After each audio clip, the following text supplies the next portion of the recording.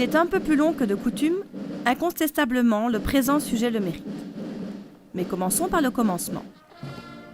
Début de matinée, vers 8h30, le cortège se rend chez le président qui attend les arquebusiers encadrés par les emblèmes. Après la Brabançonne qui sonne comme le véritable coup d'envoi de la journée et qui, cette année, était d'autant plus importante que la fête des arquebusiers visétois se déroulait le jour de celle de la dynastie, les troupes défilent à travers la ville pour revenir vers le local après avoir été chercher l'empereur.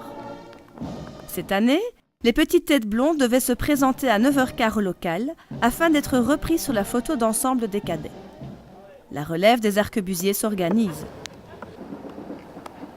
Pour la dernière fois, avant de réintégrer la collégiale Saint-Martin, qui sera réouverte après une longue période de travaux, les arquebusiers prenaient le chemin de l'église de Notre-Dame du Mont-Carmel, devant le pont, superbe endroit pour une cérémonie qui ne l'est pas moins. Celle-ci se déroule en présence de nombreuses personnalités et invités d'honneur. Une messe particulière, ponctuée de la participation de la chorale César Franck de Visé.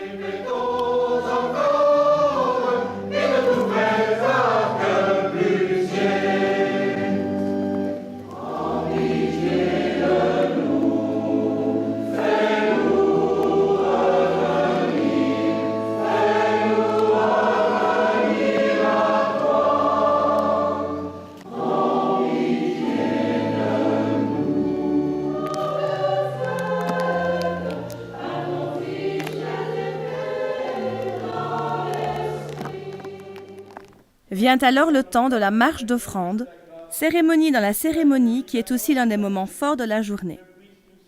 Durant une vingtaine de minutes, rang par rang, l'ensemble de la compagnie défile dans l'église en grand uniforme et en armes, sur une musique particulière, précisément la marche d'offrande. Ce moment solennel, majestueux et important, est une tradition qui remonte à la création de la compagnie au XVIe siècle. Toujours très attendue.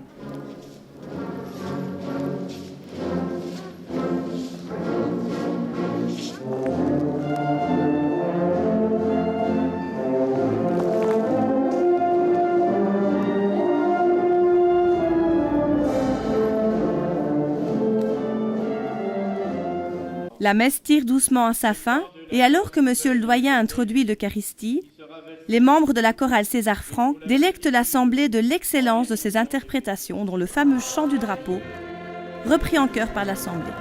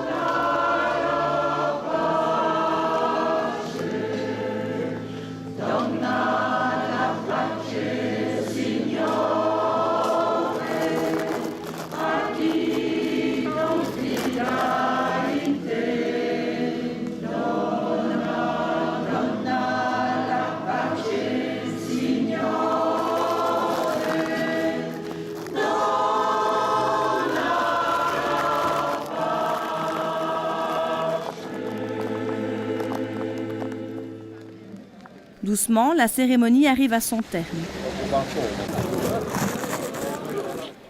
Les arquebusiers visétois et leurs nombreux sympathisants reprennent la route pour le grand tour de la ville qui, cette année, se fera sous une petite pluie malvenue.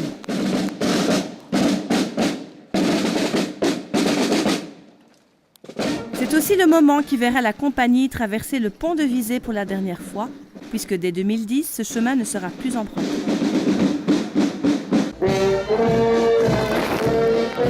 Les plus jeunes font bien entendu partie intégrante du défilé, qui au final s'en retourne au local, où dans la foulée se tiendra la séance académique, avec prestation de serment des nouveaux membres et décoration des membres méritants.